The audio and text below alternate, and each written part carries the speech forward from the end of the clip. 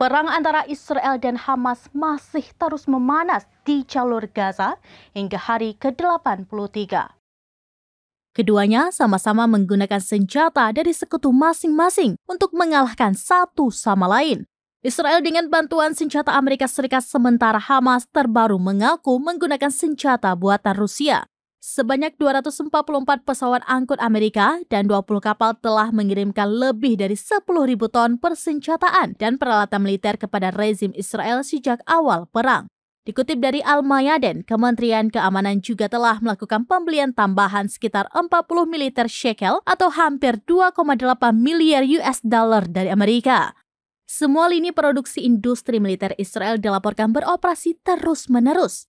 Pada 6 Desember 2023 lalu, Kementerian Keamanan mengumumkan secara terbuka kedatangan pesawat kargo Amerika Serikat ke-200 yang mengangkut peralatan militer untuk IOF. Sementara Brigade Al-Qassam untuk pertama kalinya mengumumkan penggunaan rudal RPOA buatan Rusia. Serangan itu menyebabkan tentara pendudukan menjadi sasaran, terbunuh atau terluka. RPO sendiri merupakan peluncur yang dipasang di bahu.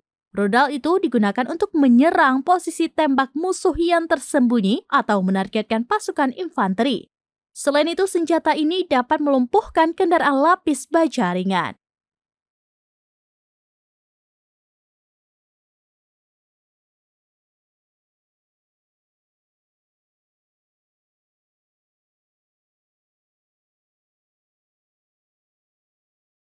Demikian informasi terkini Syedar Alun. Saksikan terus beragam informasi lainnya. Jangan lupa like dan share seluruh akun serambinews.com.